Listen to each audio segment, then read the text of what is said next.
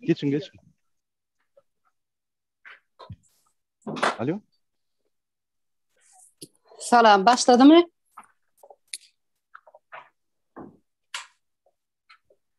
Başladı mı Gönefir? Häzirinde başlayat. Salam edýär watandaşlar we Zoom'a gatnaşýan aktivistler. Men Zarina Ataýewa, Aýal Gyzlar Hereketiniň aktivisti. Şu gün 2021-nji ýylyň 1-nji awgusty Türkmenistanyň konstitusiýasy esasyna Istanbulda Türkmen ilçihanasynyň öňünde geçiriljek miting azat mitingidir. Edýär watandaşlar, şu jenaýetkär häkimiýet watanymyzyň her bir maşgalasyny uly kiçi diýmän talap müňlerçe raýatlarymyzy işsiz, öýsiz, öwdarsyz goýup köçe atdy. Bu jenaýetkär wagşy siýasatynyň garamazdan diktatoryň Berdimuhammedow Bu jenaýetkär wagşy siýasatyna garamazdan diktator Berdimuhammedowyň garşyna alyp barylýan syýasy opozisiýa göreşimiz dowam edýär. Gadyrdan watandaşlar, biziň göreşimiz bütün Türkmen halkynyň azatlyk tarapy täze ykdysady siýasatynyň göreşidir. Gadyrdan watandaşlar, Aýratynna dinanlar topary bu jenaýetkär Türkmen häkimiýeti 30 ýyllap halkyň dawan adabyny ulanyp gelýär.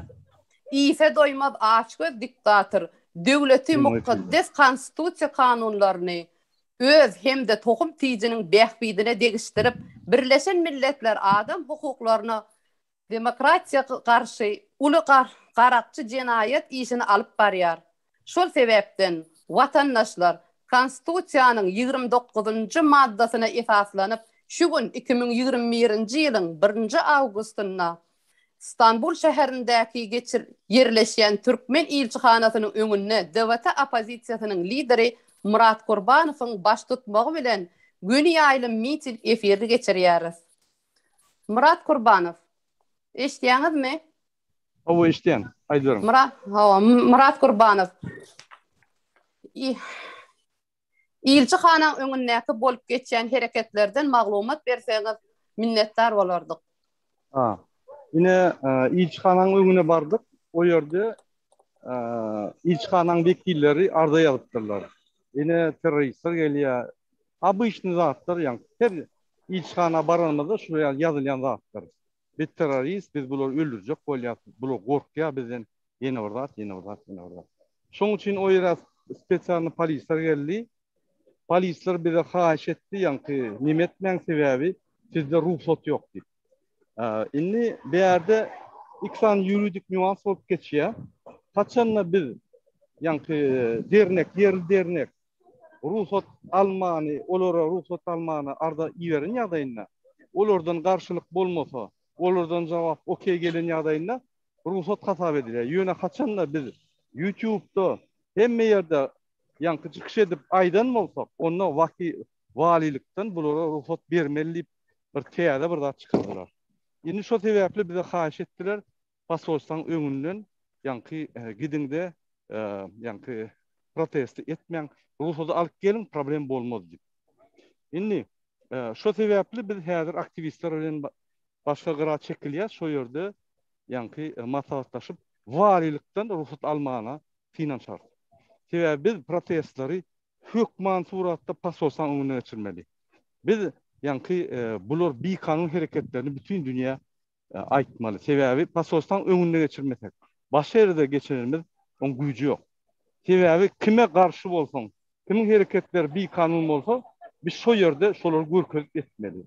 Şoň üçin ine häzir biz maslahatlaşýar, dernegiň ýolbaşçysy bar, şol ruhsat alan adam, şoň bilen maslahatlaşyp kanun esasında hereketler eder. Başka bir aýtjak adam şo ýerde 8 adama goloy saklanyldy.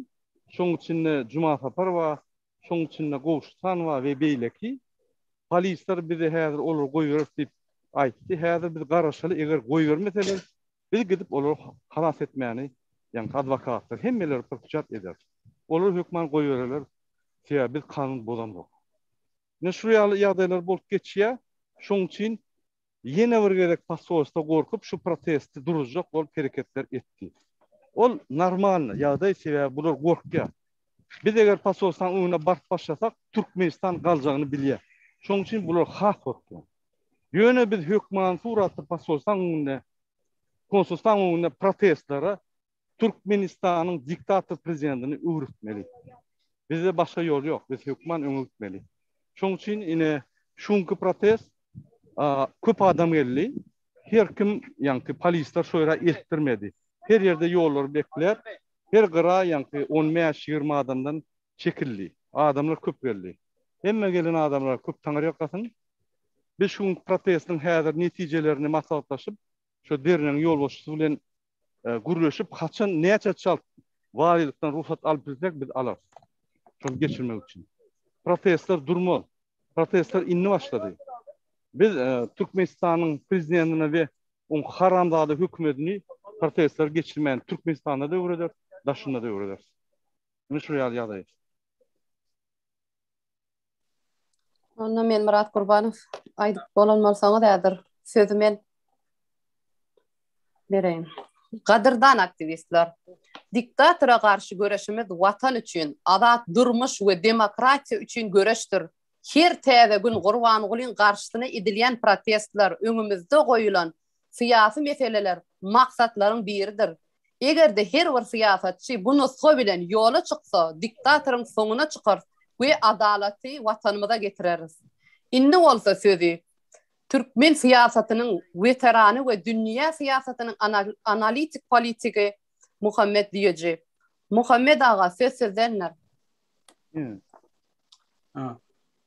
Salam vatandaşlar, şu ören tolgundurucu gün tevavi biz bir hareket ettik. Türkmen devleti korktu.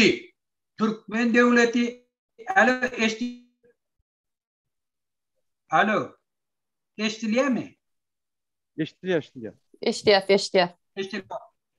Türkmen devleti korktu. Türkmen devleti dide çöktü.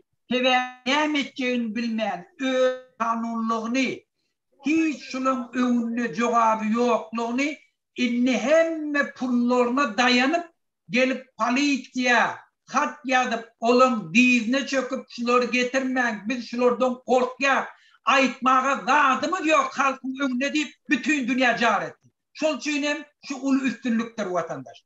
Şol için bizim vatandaşlarımız şuun topor olup bardılar böyle bütün polisiyan döktürler. Hatta Türkiye devleti bize şu ruhsaten verdi. İnniki edek, diyan yok, biz başka ruhsatalar. Neyme gerek olsa eder. Böyle şun kun Türkmenistanlar bilin. Eğer inni Türkmen devleti kanun boyuna alan borçnamalarını yerine getirmese ne dünyanın içinde yer vardır ne halkı ona radicilik verecektir. Şol için bizim halkımız ne şunun devamında şunu sumut ettiler. Şol için vatandaşlar hiç zaten çekinmeyin. Ol polisiye taklanı, ol dine vaktlayınca akider göverir. Bizim aktivistlerimiz Emra'dağı Fransa'dan vardı. Şol için gerek olsa bir hem medat eder, hem memişe tak yığınanar. Yöne bir inni ruhsat vermer. Bizim halkımızın karşısında şu cinayetkarlı öz cinayetini devam ettirir. Biz Türkiye devletine yükleniyor. Türkiye devleti Erdoğan gözünüzü açın, görün şu haramzade hem size ziyan getiriyor. Şu haramzade hakiki rasist, şu haramzade efirin anırtında Türklere haramzade diye kıyırıyor. Şol çinem bilgin şu haramzade hiçbir adama hayır getiriyemez. Bunun işi dine, halkın karşısına cinayet etmektir, yurdu tağlamaktır. Şol için vatandaşlar, şunki hareket biz öz maksadımıza yettik. Anırda oğlanlar devam ettiriyorlar. Dürlü yerlerde öz hareketlerini edip otururlar. Biz gelen informasyoner araştırıyorlar. Sağ olun vatandaşlar. Hem meniden hem teşekkür etiyen şu protest aksiyetine katmış otururlar. Sağ ol Zarina. Sağ ol Muhammed ağa. Kadırdan rayetler, vatanımız açgöz vatançılıktan mahrum koyan korrupsiyonerler kurşağı vallahi. Bulun maksatları halkımızı kulçuluk fedalizm cemiyetine sürmek. Şol sebepten kadırdan aktivistler Bizim söwüşimiz durmuşy objektiv taýdan göz öňünde tutup garşylygyna hereketlerin derine çäklendirmekdir. Öz siyasi opozisiýany wepadar bolan watan üçin hiç bir ýagdaýda siyasi maksatlaryndan ýüze gürmäň. Inni bolsa sözi DBT guramasynyň admini, aktivisti, ýaş siýasatçy lideri Kaşpirovska söz berýär. Kaşpirovska söz sizdenler. Salamu aleykum hormatly vatandaşlar. Salamu aleykum Zoom'a gatnaşyp oturan hormatly aktivistler. Hemmäňizi hoş gördük. Men aktivist Kaşpirovski. Takma at bilen çykmagymyň sebäbi ýüzümi açsam, hakyky adymy ma'lum etsem, Türkmenistanda maşgalama basyş ediljek. Ýagny Türkmenistanda hiç hili adamın hak hukugyna seredilenak. Misal üçün edil şu wagt. DBT lideri Murat Kurbanov aydyp geçdi. Bizi konsulstowanyň işçileri terörist dip arz edipdir, şikayet edipdir dip. Biz 29-njy madda esaslanyp Türkmenistanyň konstitusiýasynyň 29-njy maddasyna esaslanyp şo boýunça hereket edenimizde biz terörist bolýan bolsak, ýagny Türkmenistanyň hökümetine onda biz näme dip at bermeli? Ana sorak. Konstitusiýa onda näme üçin gerek? Şondak maddalar, borçlar yerine getirilmejek bolsa, durmuşa geçirilmejek bolsa, yerlikle näme üçin ulanylýar? Her bir döwletiň konstitusiýasy dünýä konvensiýalaryna, insan hukuklar deklarasiýasyna esaslanyp şondan göz başyna alýar. Beýle etmemiz näme diýmek? Diňe Türkmenistanyň konstitusiýasyny ayak aşağına alıp depkilemek däl-de dünýä hak hukuklaryna yüzüne tüýkürdük diýdiňiz bolup Türkmenistan hökümeti haçana çeli dowam etjek, haçana çeli halky ezip gezjeksiniz. Görüşüňiz ýaly halk ayaga galypdyr. Jogapkärçilik wagty gelende biz bilemiz ok, Berdimuhammedow bize görkezme berdi. Biz şonuň diýenini etdik diýip gutular diýip pikir etmäň. Sebäbi köremälim. Hiç haýsyňyza hat üstü bilen pisminli ýagdaýda buyruk berilenak. Diňe dilde aýdylýan buyruk. Şoňa esaslanyp, peýdalanyp özüňize pul gazanyp otursyňyz. Wizýatky üstü bilen, korrupsiýa üstü bilen, iň bärkisi emeli ýagdaýda reýsleri gysgaldyp, döwlete gitmeli raýatlaryň reýsini, samolyot reýslaryny gysgaldyp, korrupsiýa uly ýol atjaňyz, öz şahsy biznesiniňize öwrdiňizler. Gerekli muktarda kim pul töläp bilse, watanyna, hojalygyna, maşgalasyna gowuşup bilýär, pul tölemesen gezeber. O da edenetdilik. Türkmenistanyň raýatlary bulma. Türkmenistanyň ýurtdaşy pasportunda, zagran pasportynyň ilkinji sahypasyny açyp görüp şotaýda näme diýip ýazyklar? Şonu men, ya meniň ejem kakam şol kanuny ýazanak, şonu döwlet ýazdy.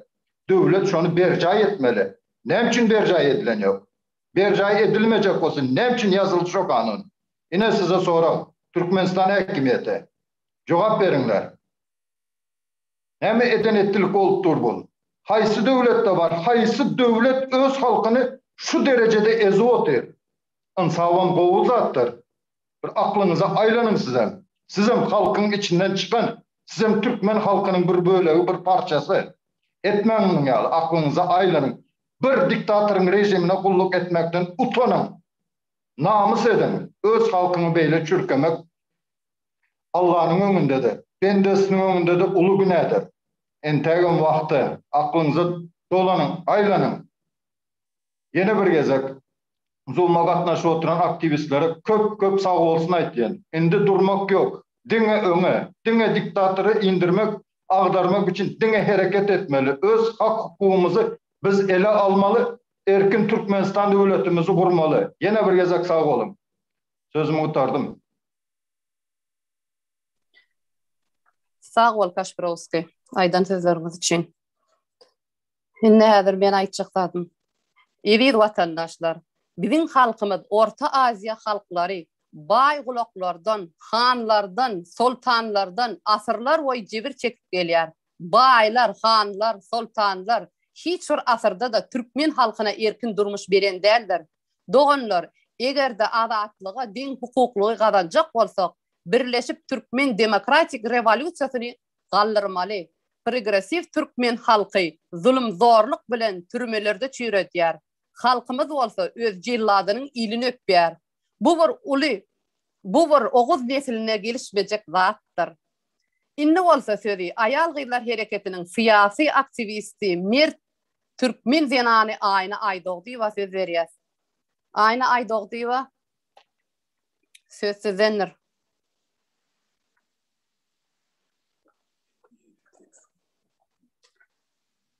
Merdan Aýna Aýdogdywa berin sözi. Eşitýän bolsaňyz.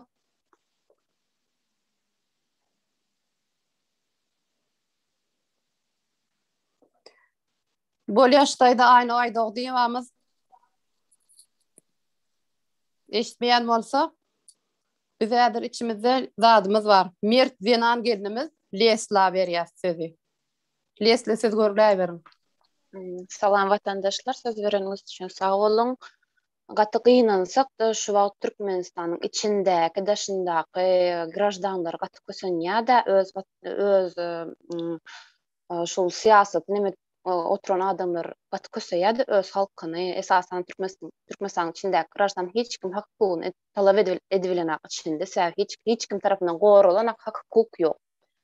Suud edilmän, suuda çekilmän köp adamlar basylyp otur. Gynansak da şuňdan päsgelçilik berdiler.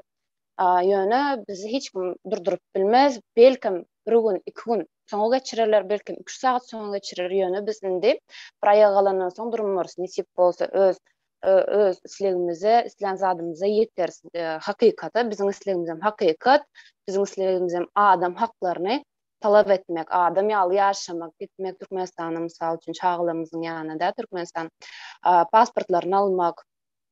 Hakkımız, bizim hakkımız Türkmenistan'ın grayatlarının hakkı, grajdanlarının hakkı. Gatygyna ýandaşy bolup görüşne türkmenleriň de welin öz halkyny özleri şeýdip kösäp berler. Hiç ýerde görülip eşdilmedik zat şol. Utanyň etip beren işiňize päsgelçilik berjek bolýaňyz, etip bilmersiňiz, durdurup bilmersiňiz türkmen halkyny.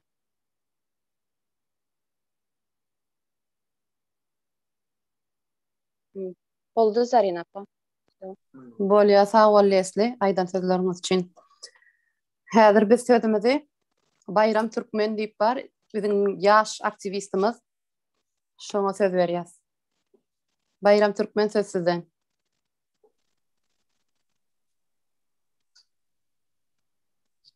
İnterneti pes efirden çıktı şu wagt. Oňrak geler.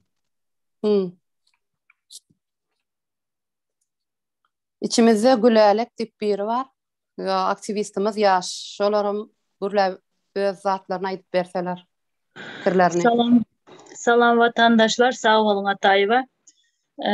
Ben öz fikrimi açsam, Türkmenistan barada biz 10 yıldır Türkiye'deyiz. Hormatly Berdimuhammedow. Bizim 3 tane çağamız var. Onlar enesiz. Biz telefondan enecilik yapıyoruz. Onlara annelik yapıyoruz telefondan. Sizin hem aktıklarınız vardır, hormatly Berdimuhammedow. Sizin hem aktıklarınızın gelinleriniz yurt dışına çıkıp, yurt dışında adamların öyünde adamların çağalarına seyredip, sizin gelinleriniz şu durumda olsa ne ederdiniz? Bizim hem enemiz var, atamız var, şoların hem yürekleri ağrıyor. Bizim şu anki durumumuza, şu çektiğimiz zulümlara enelerimizin, atalarımızın yürekleri ağrıyor. İnşallah sizin hem aklınız başınıza gelir. Halkınıza bu verdiğiniz zulümleri, bu verdiğiniz azapları şu son yaşınızda aklınız başınıza aylanar. Belki oturduğunuz kreslonu boşaltıp kreslonu hak eden birisine verersiniz ve Türkmenistan vatanımız güller. Her kim öz vatanında yaşamaya hakkı var. Biz yurt dışında kul olmak için doğulmadık. Yurt dışında kulçuluk etmek için enemiz atamız bize östürmedi.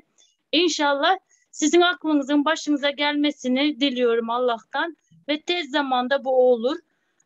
Sağ olun.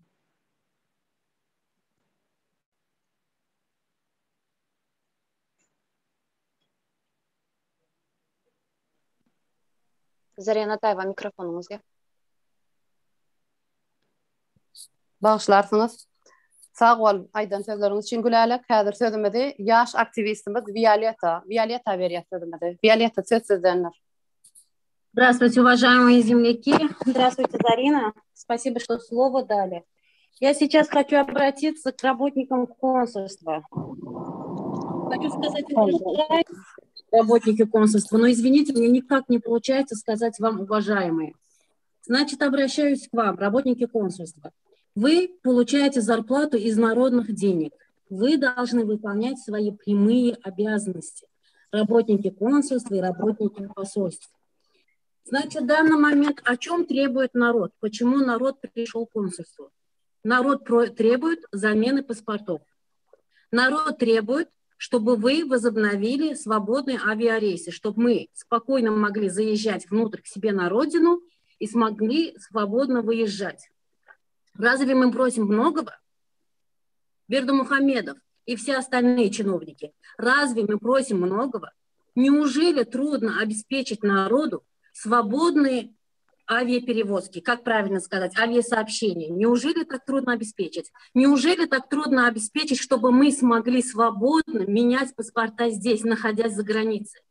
Разве народ, неужели у вас так много просит, что вы вместо того, чтобы выполнить свои прямые обязанности, чтобы помочь своему народу, вы ябедничаете на свой народ, вы позорите в первую очередь себя, не мы позорим нашу страну, а именно вы позорите свою страну, вы на свой народ говорите террористы.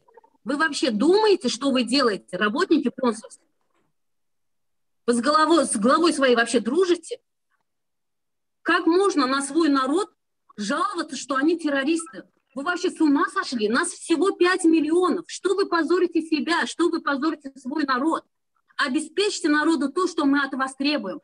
Требуем, чтобы вы заменяли паспорта. Требуем, чтобы вы возобновили авиаперевозки. Требуем, чтобы вы нашли убийц Сулеймана Турсунбаева. Требуем, чтобы вы нашли убийц тех 30 солдат. Требуем свободной СМИ. Требуем свободный интернет. Много мы от вас хотим. У меня просто слов нет. Настолько низко упасть перед другими народами, перед Турцией. Это вы... У меня просто слов нету. Спасибо, Зарина. Благодарю. Sağ ol, Violeta. Häzir bizi arany keselinde söz berelin Fatma Padağırdakiler gürlejek diýerler. Merdan eşdiýäňizmi? Алло, Зарина, вы меня слышите?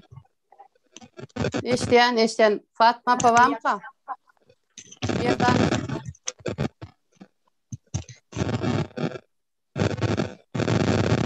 Вы начали прямой эфир? Bolýa, men häzir gürleýin. Onda Zarina söz sizden size beren. Mikrofonuňyz ýapyk. Вы меня слышите? Да, слышно, айдывер. Я хочу сказать насчет нашего Туркменистана. Наши консульства вообще здесь не помогают, ничего не делают. У меня здесь дети маленькие. Только они отправляют.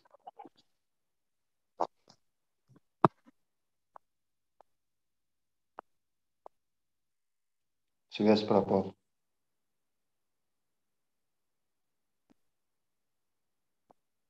Bolýa swýat ýiten bolsa, ewi watandaşlar, Türkmen halky asyrlar boýy halkyň baýlan zulmuna çyda bilmän hemme tarapdan parçalandy. Doganlar 30 ýyllap Saparmurat Niýazow we Berdimuhammedowyň korrupsiýa schemasy halkymyzy geda edip ilini sermäge mejbur etdi. Millet sosial taýdan ne negativ kömegi ne nalog kömegi ne de halka kömek berdi. Şonuň esasyny halkymyz şolar ýaly mitingler galdyrmana mejbur boldy. Bir häzir Janna söz berýär. Janna görledimi? Janna barmy? Bolýa, Salam. Zarina söz veren için sağ ol. Salam. Sağ ol. Menin açıkçatlarım hazır veliyettem aydıp geçti. Terörist, Türkmenistan'ın hakimiyeti terörist. Bizim yaş çağlarımız yetiye anırda. Bizim aktivistlarımız, sportsmenimiz, yaş sportsmenimiz Sultan Süleyman Tursunbayev'i öldürdüler. Olar terörist de, olara protiv giden adamlar mı terörist? Bulara men can yanını men hiç hazır şu yerde doğanlarımız hormatlı deydi de hiç nehili o hormatlan diyecekler. Onların özleri terörist. Biz şolardan talep ediyiz. Men hormatlan diyecekler. Hiç adam hükmünde halkını görmeyen adama ne için biz hormatlı deyimelmiş? Kimmiş onunuzu? Halk olsa o olacak, prezident olmalı. Eğer öz halkını depeleyen olsa, öz halkını adam yerinde koymayacak olsa onun yanında bize hükümet gerek değil. Biz talep ediyiz şu bizim 30 sani esker yok oldu. 5 sani değil, 6 sani değil, 30 sani. Şunu en atalar ümit edip şunu yetiştirdiler. Onlar bir canlı, onlar insan. Ne için şunu televizyonda şunu nemeden yok, koyan yok, neme oluptur. Ne için statistika verilen yok. Yine Covid'den adamlarımız ölüyor. Covid yok deydi. Adamlarımız anında ölüp yatıyor. Ne için biz miting etmeli de, ne için bunu haçana çöle 30 yıldan beri sesimizi çıkaramız yok. Haçana çöle bu devam etmeli bu. Aziz Türkmen halkım, Türkiye'dekiler, bütün dünya Türkmenleri ayağa kalın. Sesimizi çıkarmayın, dığımıp oturmayın, bir besedeli. Bundan sonra ayağa kalkalım, hakkımızı talep edelim. Sağ olun Zarina Atayeva. Sağ olun Canlı. Haydi. Murat Kurbanov. Söz size. Bir de eşitleyen mi? Ha, eşitleyesi de. Yine men hazır derine vurulan arkadaşımız var. Şoňulen gepleşip geçip dur. Biz hazır yine Türkmen bizim vatandaşlarımız bilen oturup yine görüyorlar. Şu arkanızdaki zat ayırsa Artur. Yine şu yerde bizim dostumuz Adin bize düşündürür şu razışene boyunca razışenyamız ba yönü yine pasosu olursa yeni valilikten getirin deyip hayiş ediliyor bizden. Polisam beyliklerim düşündürdü adetli bir provokasiya girmedik yine yetecekkerliydik ya biz kanun bozulsun verin yok yönü biz hükümeti uğratta kanunlaştırıp yeni pasosan biz pasosan tutturmuyor konsuz bağlı. Olur provokasiya edip yine oğlanların üstüne oğlanları iyi verip konuşturacak olup bir adet görüyoruz. Yani biz hiç provokasiya girmiyoruz, biz kanunlu olmaz. Yine hazır men sözü bizim dostumuz adını geçiriyen şu yaşlı bize kömür diye yani dernek var. Şu şu yalı kanun bozulayan yerlere yine Türk hükümeti, Türk građani şu kanunları bütün dünya adam hukuklarını koruyan adam. Yine. Evet, bugün biz Türkiye'de 7 şehirde basın açıklaması yaptık. Bu valiliğe bilgilendirdik. İstanbul'da, Ankara'da, Gaziantep'te aynı anda. Türkmenistan konsolosluğu konusunda da emniyetin, valiliğin bilgisi dahilinde. Ama buradaki Türkmenistan konsolosluğu yetkilileri Türkiye'yi de Türkmenistan zannettiler galiba ki diktatörlükle. Ben kapının önüne geldim. Oradaki görevliler sen kimsin dedim. Sen kimsin dedim. Dışarı çıktı falan. Burada açıklama yapamazsınız dediler bana. Biz yapacağız dedim. Yani siz kimsiniz ki? Bana kimlik falan soruyor. Sen önce kimliğini çıkar. Sonra bana kimlik sorarsın dedim. Yani bu polis değil. Türk polisi değil. İçeriden. Siz diyor başka zaman gelin. Size çay verelim. Biz dedim şimdi protesto yapmaya geldik buraya. Türkmenistan diktatörü istifa edecek ve hesap verecek diye buraya onun için geldik dedim. Burası bizim toprağımız, siz burada açıklama yapamazsınız dedi. Beni itti ileri 1-2 metre falan. Tamam dedim yani biz eğer ki burası Türk toprağı o kaldırım var 2 metre falan muhtemelen. Ben kaldırımdan aşağı indim, yola indim. Orada açıklama yapacağım. Tabii tartışıyoruz, ondan kavga ediyoruz. Benim afiş var. Türkmenistan diktatörü hesap verecek diye büyük afiş. O benim çantamı karıştırmaya çalıştı. Güvenlik Türkmenistan konsolosluğu yetkilileri. Çantayı karıştırınca ben bunu ittim, kavga ettik, tartışma yaptık. Sonra polisler geldi, ne oluyor falan diye. Polisler tabii beni tanıyor. Güvenlik şube, emniyet, istihbarat, asayiş, terör, organize. Yani bütün birimler gelmiş oraya. Biz dediler ki kardeşim biz seni tanıyoruz. Bize kesin talimat var. Burada basın açıklaması yaptırmayacağız. Neden yaptırmayacaksınız? Biz tamam 10 metre 20 metre ileri gideriz. Biz açıklama yapacağız. Bunu dediler ki efendim bir çağrı yapılmış YouTube'da. İşte yabancılar da konuşacakmış. Hayır dedim, ben Adalet Platformu ve Uluslararası İnsan Hakları, İyilik İnsan Hakları Derneği'nin başkanıyım. Bu çağrıyı ben yaptım ama başka çağrıyı ben bilmiyorum. Ama toplantıyı organize eden benim. Emniyetin, valiliğin, İçişleri Bakanlığı herkesin haberi var. Bunu açık yaptık, çağrı yaptık. Bütün basına, gazetelerde haber çıktı. Sonra emniyet dedi ki Dışişleri Bakanlığı'na aramış Türkmenistan konsolosluğu. Oraya talimat mı diyelim, bilgi vermiş bu toplantıyı engelleyin diye.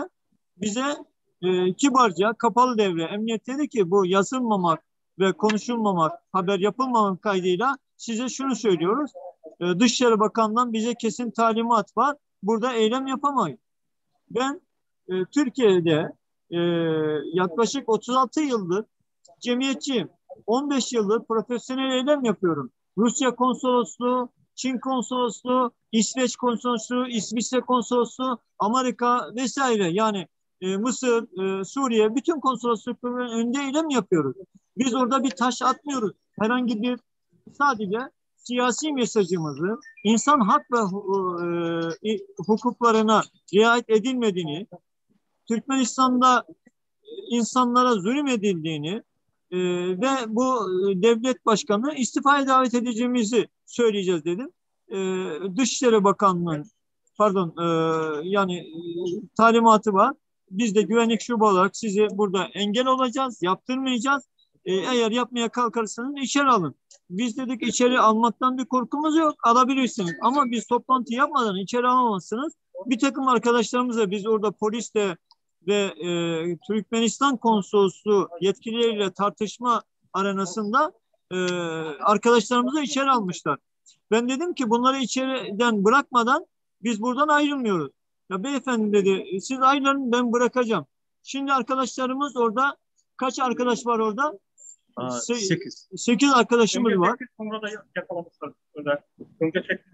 Önce 8. Sonra bir grup, küçük grup. Birkaç grup daha almışlar. Yani 10-12 arkadaşımız var. Şimdi emniyette görüşüyoruz. Diyoruz ki biz ya konsolosluğun önünde eylem yaptırmıyorsunuz o zaman karakolun polis merkezinin önünde eylem yapacağız.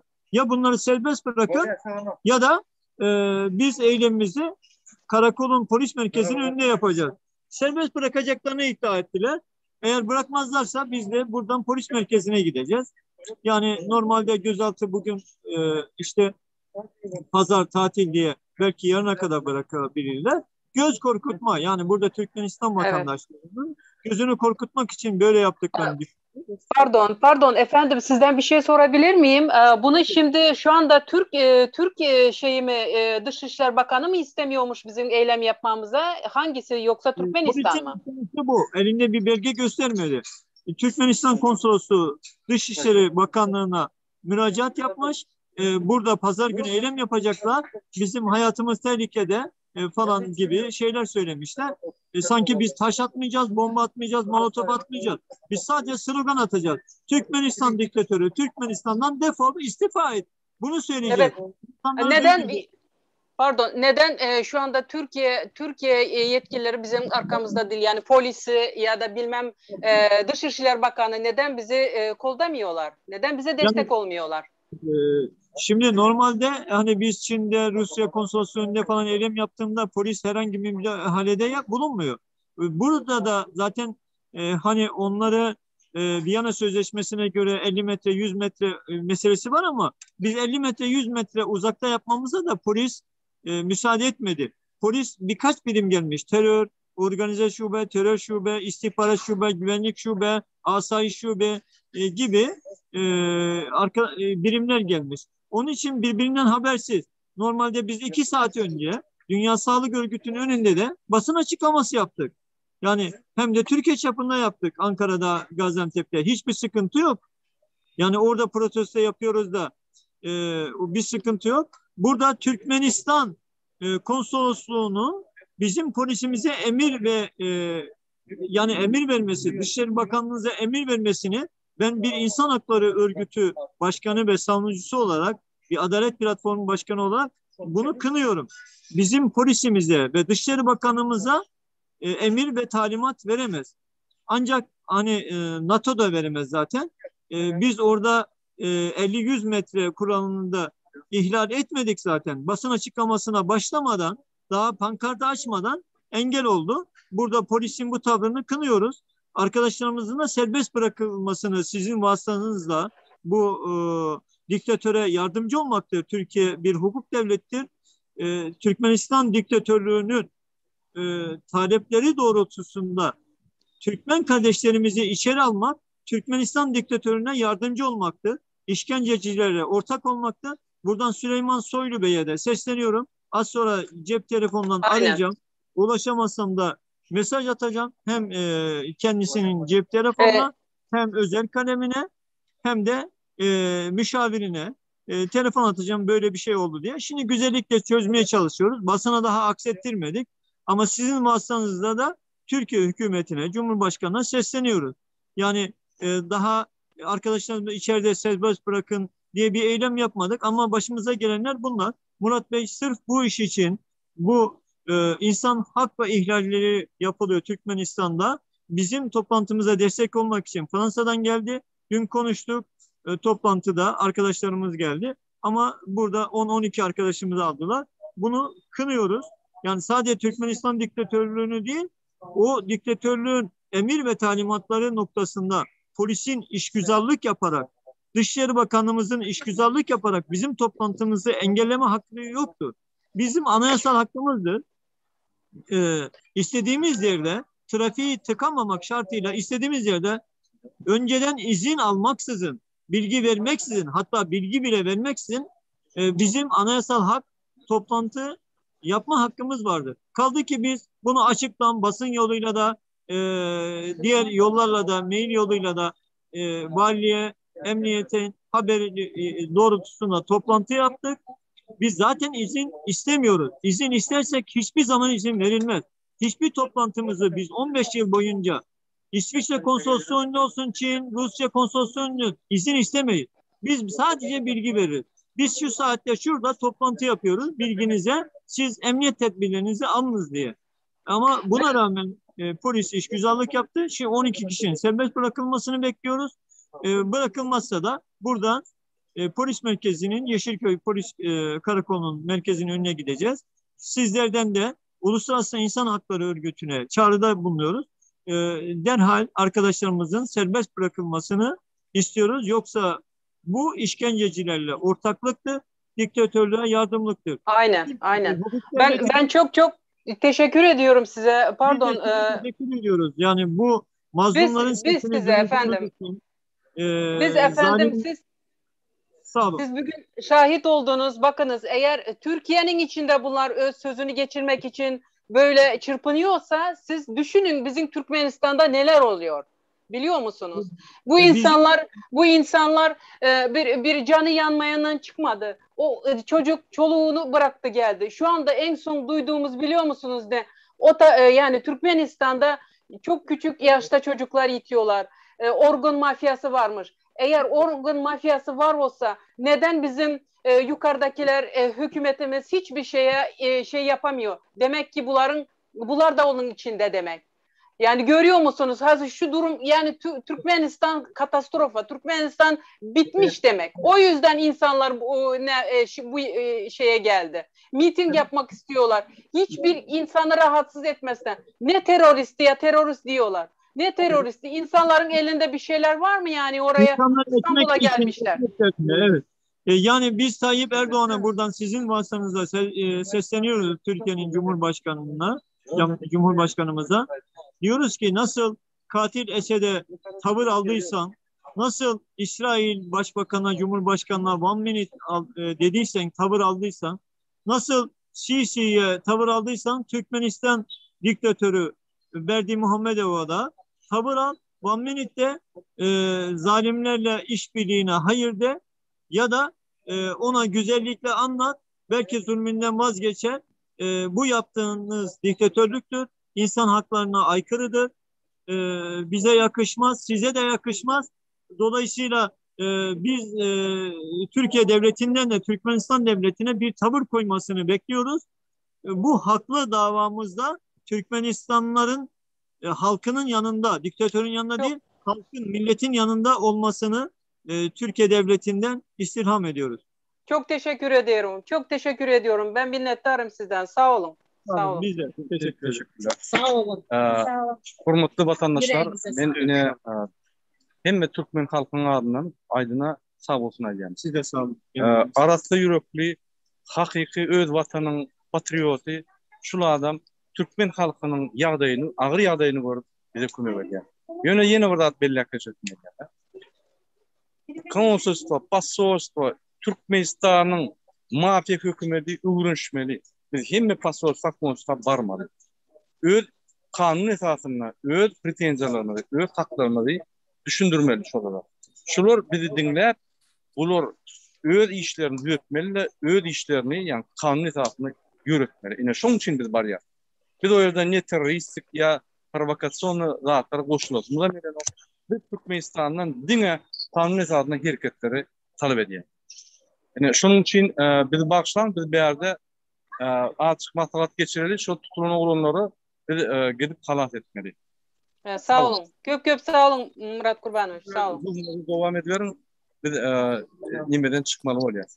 Murat Kurbanov, size zat soracaktım. Şu Ayna Aydogduyeva var, şu aktivistiniz hem Zeynu var, Fatma Apa vardı. Şolara söz verip bilseniz. Olur häzir bir ýerde däl. Olar ýörediler, sebäbi olar daş ýerlerden geldiler, gitmeli boldular. Olar häzir. Bolýar men.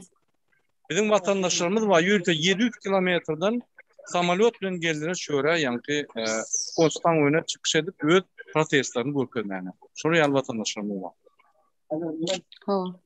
Sağ olun Murat Kurbanov. Häzir men sözü Bayram Türkmenip var. Şoňa bereýin sözü. Bayram Türkmenip aktivistimiz var. Здравствуйте, дорогие туркменистанцы. Очередной раз мы видим, что как нас испугалась власть, как нас испугался президент. Мы просим у президента наладить авиасообщение для всех граждан Туркменистана, которые страдают, которые хотят возвратиться домой. Продлить паспорта. Самое главное. Мы не рабы, мы не брошенные люди, мы туркмены, мы туркменистанцы.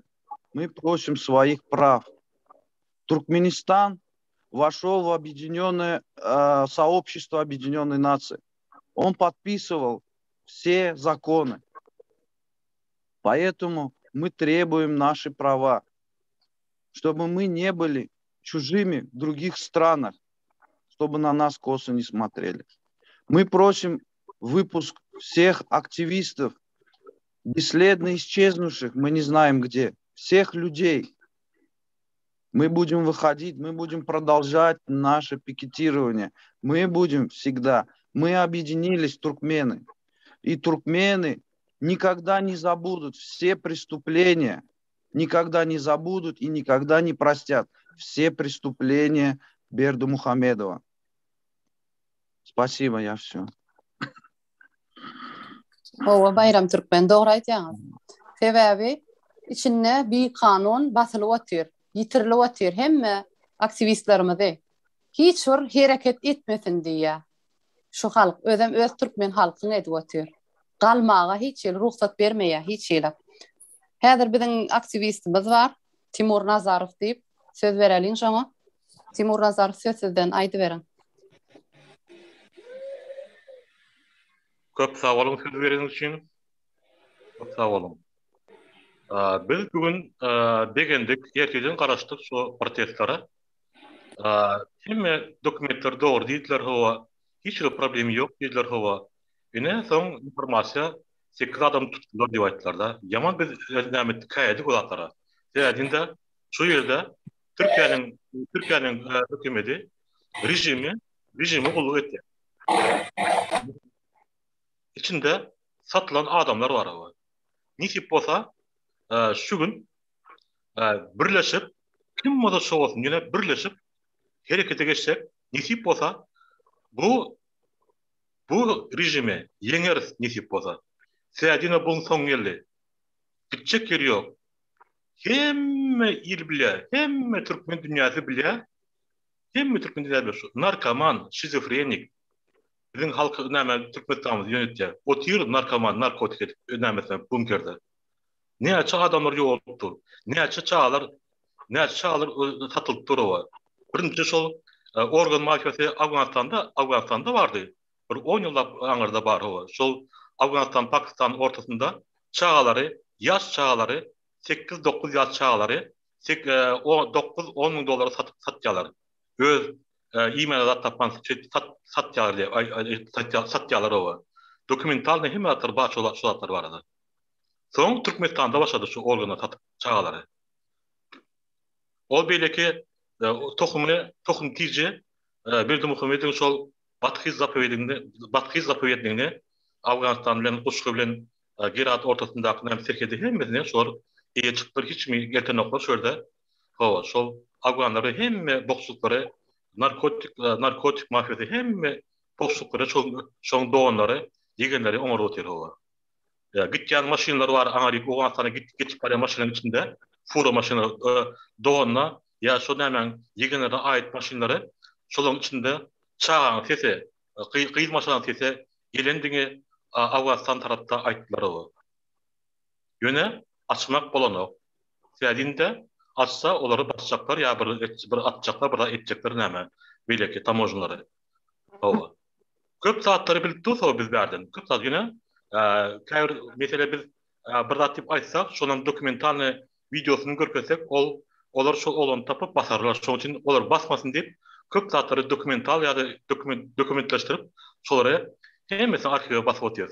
Nisip bolsa Türkmenistan baramızda hemme bolonatları, hemme oğurlukları, hemmesini ayan bulur, dokumentalny hemme atlarını şu gelecek täze Türkmenistan'ın halkımız olup iye çıkamızda şonda hemme halkımıza ayan olur.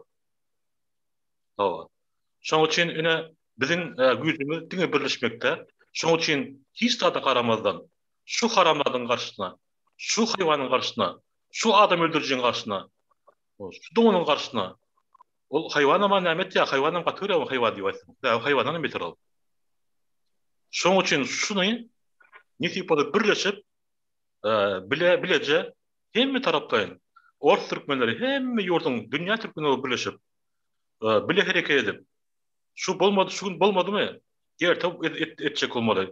Ýerde bolmadymy? Bizem barjak. Bizem barasy bar. Hemmeleşip şunu 2-nji, 3-nji gün, 4-nji, 5-nji gün bolsadam, 10-nji gün bolsadam, şu hereketimizi goýmalylar. İzah aýtmak ýol ýok, başga çare ýok bizde. Aňyrda öz watandaşyny öldürip tuka, aňyrda watan satylyp tuka. Biz şeýdip hereket etmesek, biz içindäki halky gorap bilmez olar. Eger biz şeýdip hereket etdirsak, pasolary urtdursak, pasolstан öňünde çykyp dursak, diňe Türkiýede däl hemme ýerde. Ana şonda biz yeňer bu rejimi. Bu rejim soň geldi. Gerek yerinde harby kadr wagtları şol kaptalyny çykar, elinden atjak bolsa elinden avtomatyny alyp ayaklarından atarlar. Hemmesi suda çykyber hemmesi. Eden poklary hemmesi ayan. Hemme atar bar. Şoň üçin bugün bolan atlara köp gynalmaly däl. Bugün bu Türk kardeşimiz çok teşekkürler. Yardımcı oluyor bize. Çok iyi şeyler yapmış yani inşallah. Onlar bize yardımcı olsa bilirim ona yardımcı olur inşallah. Evet. Sağ olun. Timur Nazarov haqiqi doğru zatlar aytdyňyz. Benim häzir aýtmakçy bolan, bunu aýtjak bolsak bara biz aýdyp oturmaly bilýäňizmi? 30 ýyllap biz şu derejede ýaşap geldik. Biziň inniden beýle, biziň çağalarymız yitip başlady soňky döwür. Çağalarymyzyň ýitýäniniň sany sajak ýok, hiç bir zady şonu watan habarlaryna maglumat bermeýärler. Biziň çağalarymyzyň ýitenine denim halk galmaga ruhsat bermeýär, halky gorkasyna saklanlyklary. Biziň ýurtdaşyň näki ilçe, biziň ýurtdaşyň näki raýatlarymyz ölüp gyrlyp gidip otyr. Onam ýygyna getirdip bilenok. Türkmen halky onam etdiren ruhsat bermeýär. Pasportlarynyň süresi doldy. Pasportlaryny ilçihana ne uzaldyp berýär, ne ýurdyň içine salýar, ne ýurtdan çykarýar. Şonuň esasynda da biziň hemmämiz dymyp oturman ele berip, hemmämiz agzy berip bolup 30 ýylyny dymdyk. 30 ýyldan soňam ýene dymyp otursak, onda biz gul hasabyna bolýar. Biz gul bolup dogulmadyk. Bizi gul etdiler. Şonuň esasynda gaýrat edip raýatlar, hemmämiz watandaşlar türkmen adyny göterýän raýdaşlarymyz ele bereliň, birek birege gollog bereliň, birek birege ynam berler, birek birege galdyraliň, mitingler şular ýa çykylyp dursa, Türkmenistanyň prezidenti Gurbangul Berdimuhammedowa diýär, özüniň gaçyp gitmekligine şu netije bolýar. Häzir biz özümiz şeýdip çykyş edip dursak, çykyş etmämizi hiç wagt pes etmäliň. Hemmämiz ýyzyna çykyş edip duralıyň. Häzir sözi Kaşpirovska bereýin, Kaşpirovska diýdi, aýtjak goýjak zatlarym bar diýdi. Raýdaşlar, häzir aktivistlerimiz şoňa söz berýän. Kaşpirovska söz sizden. Hormatly watandaşlar, bolýan zatlara seretsek, indi Türkmenistanyň konsullugy İstanbulda ýerleşen pikir etdiýendir. Ay biz gorkuzdyk, biz ruhunu aldyk bularyň. Indi bular ayagy galmaz, gorkandyr diýip pikir etdiýendirler. Ýok, olar ýalňyşdy. Yanıp duran oduň üstüne benzin goýdular. Özleriniň gorkýanlygyny görkezdiler. Gorkmasa haçandan bäri YouTube kanalda, TikTokda, beýleki mass medialarda çykyşlar edilip oturdy. Gorkmasa, günäsi bolmasa dialoga girerdiler. Oho, hemşe de otursunuz. Bu ede oturan işimiz ne doğru, kanuna doğru gelen yok deyip dialoga girerdiler. Etdiler mi şu vaqta çele? Eden aklar şol işi. Demek günäsi boynunda. Korku oturlar. Hormatly vatandaşlar, gelin de korkuyna ayıralar. Olar bizden korku otur. Korksak 30 yıllap korkup oturduk mu? Yine de oturarız. Aktıklarımız, bala çağılarımız ulçulukta yaşar. Şu günleri görkezmeyecek olsak ağzı biri olalı. Alıp çıkalı şul işinde. Orta yolda işi taşlamalı. Orçuların bir sözü var. Bir komediya için, bir şutku için aydılyan sözü var. Правила существует для того, чтобы нарушать diye. Türkmençe lavaydanda kanun bozmak için oylan tapılandır diye. Türkmenistan hükümeti, konsulluk işgärleri şol pravila uyup gele oturlar. Şon tasdiklak gele oturlar. Kanun bozmak için düzüldü deyip. Eğer şolar şu kanuna boyun eğen olsalar, şu kanun boyunca yöreyen olsalar, onda bizim yine şu orusların öz sözü bilen şolara cevap vermeli. Если палка не гнется, значит палка ломается diye. Hayağın epilmeni okuyup olmasa demek hayak dövülendir. Epilmeyeme demek biz dövmeli şuna. Halka hizmet etmeli olar. Halktan korkmalı. Biz ne için korku oturuz? Men şu soruğa cevap tap bilem yok. Ne için korkuyuz? 5 milyon adam olup, Türkmenistan'ın halkı olup, bir adamın kanunundan korku oturuz. Bu yok der midir hormatly vatandaşlar? Oturup fikirlenip görün. Doğru mu şöyle oturanınız? Korkup ünsüm oturmak, hak hukukunu talep etmek günah mı? Ne için korkuyuz? Oylanın, fikirlenin. Oldu sözümü aydıp oldum. Sağ ol, Mr. Kaşpirovski, aydan sözleriniz için. Ben häzir aýtjak bolýanym, biz şuma gysga wagtyň içinde biziň opozisiýamyz, debata opozisiýasy 1,5 ýylyň dowamyna nähilek mitingler çykardy.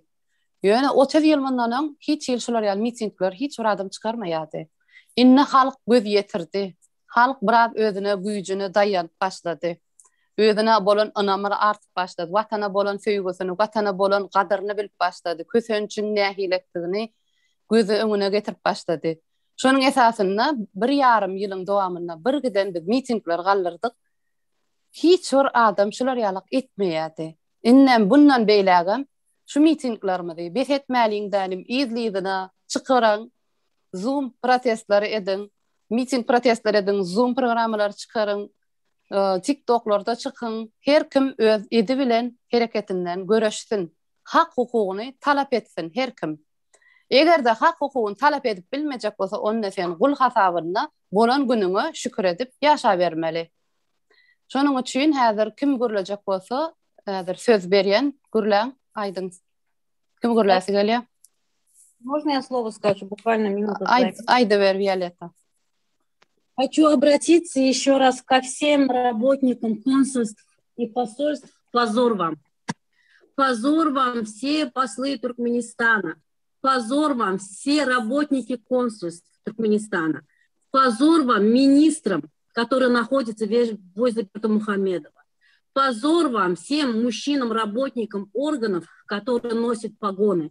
Всем вам позор. Вы все поклоняетесь только одному человеку и растоптали 5 миллионов народа. Только ради одного человека. Позор вам.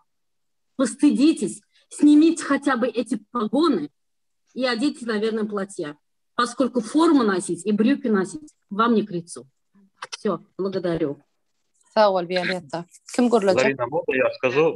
Zarina. Görle, Timur Nazar, söz size. Şol Türkiýanyň posolossalaryň ýüzlenmesi bilýär. Siz şu gün özüňiziň ýüzüňizi görkezdiňiz, kimdiňiz görkezdiňiz oba. Men bir söýle 2 sagat agyl söýjek, başga diýjekler, başga aýtmak söýlem ýokdy. Siz erkekler pagonlaryňyzy çykarynda, köýnekliňde awgatlara gidin. Sağ olun. Sağ ol, Timur Nazar. Bizim häzir aýtjak bolanymyz kim aýdýar sözü? Зарина, можно я скажу? Айт, Зарина Ахметов. Во-первых, здравствуйте всем, нашим туркменским народам, нашему Туркменистану. Я хочу сказать то, что почему наши консульства, во-первых, не помогают никому, ничего они не делают. Я с 2009 года здесь, у меня потерян паспорт, я не могу обратиться в консульство. Они вообще ничего не занимаются, просто-напросто возвращайтесь домой. У меня здесь дети, я их не могу оставить. Какая мать может оставить детей своих? И почему наши туркмены не помогают нам? Почему они не смотрят за нашими правами? Пожалуйста, помогите людям, которые здесь за рубежом, наши туркмены, которые нуждаются в поддержке. Вообще так некрасиво. И детей там воровать начали, и учебы платные. Это куда смотрит народ? Народ, не молчите, говорите, не молчите, показывайте себя. Вы будете молчать, все будет плохо. Всегда надо уметь говорить, свое слово держать, так говорить. Что вас слышали, что вас видели. А так вы постоянно будете молчать, и никто вас не будет видеть, и постоянно вас будет топтать. Так нельзя. Спасибо, Зарина. Sağ ol, Zarina. Sözümüz Cemil'in Benim iki az ayçak zadım var. Halka terörist diyen şolar namart. Biz men şu yerden pожалуйста şolara hormatlam diýmeňler, şolara hiç hili bizim üçün yok olar. Yok indi. Bundan soň yok. Olar tolka kürsünü boşatmalı. Posolstwasam, prezidentam hemmesem şu toparım. Ona pожалуйста onun ýaly gürleşmeye besedin indi. Kürsünü boşatmalı boldu. Всё. Başka zat diyecek zadım yok. Bağıştan biraz näme çıktı? Biraz pardon. Affedin. Doğru. Her kim öz aýdy bilen datyn aýtma sebäp her kim kösenýär halk şu durmuşa getiren kim getirdi? Prezident getirdi. Näme üçin ýekeje öz üçin konstitusiýa kanuny ýeköz üçin ullanýar. Sebäp halka hiç täsiri ýok. Halk kösenýär. Daşary ýurtlarda kösenip ýatyrlar, ýurdun öz içinde kösenip ýatyrlar. Ondan gürlemesek biz onna da onu o gürrüňe gürlemejek bolsak onna biz lal bolýar, hem kör bolýar, hem ker bolýar. Onna biz diri ölü bolýar. Şonuň esasynda bu kanuny ýerine ýetirip bilmejek emhame işgärleri, polisiýa işgärleri, prokuratura işgärleri, Türkmenistanyň prezidenti Berdimuhammed ornuny ýerine ýetirip bilmese, ýerinden gitmeli bolýar. Biz aýyrmaly bolýar, şular ýaly çykyşlar edip. Şonuň üçin jemläliň gepimizi sag bolun. Watandaşlar hemmäňiz ayaga galyň. Hemmämiz mitinglary dowam edeliň. İçinden, ýurdun içinde bolsun, ýurdun daşynda bolsun. Birek kömek edeliň. Hemme zat ugurna bolar diýip bolsam. Sag bolun. Sag bolun. Sağ olun. Sağ olun.